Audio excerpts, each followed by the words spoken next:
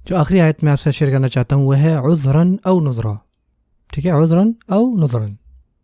ہم سب جو ہے نا ہمارے چہروں پر ہوا محسوس ہوتی ہے. ٹھیک ہے، اب دو طرح کے لوگ ہیں. ایسے لوگ جن پر بات پہنچتی ہے اور وہ اس سے نصیحت پکڑتے ہیں اور ٹھیک ہوتے ہیں. اور دوسرے کون سے لوگ ہوتے ہیں؟ جن پر کوئی اثر نہیں پڑتا، کچھ بھی نہیں ہوتا، ٹھنڈی ہوا آتی، اچھی ہوا آتی، چلو جی. ان لوگوں نے جنہوں نے نصیحت پکڑی، ان کے لیے ہوائیں جو تھیں نا ایک نصیحت لے کے آئی تھیں، ایک خبردار، ان کو خبردار کیا انہوں نے، نذرن. ٹھیک ہے، نذیر. اور ان لوگوں نے جنہوں نے پرواہ نہیں کی نا، تو یہی ہوائیں ان کے لیے ایک عذر ہوا جس کی وجہ سے ان کو سزا ملے گی. اللہ تعالی نصیحت بھیجی، انہوں نے اس کو اگنور کیا، اور یہی ہوائیں ان کے لیے ایک عذر بن گئی جس کی وجہ سے اب ان کو سزا ملے گی. عذر ایک وجہ بن گئی. اللہ تعالیٰ جو ہے ہم سب کی حفاظت فرمائے.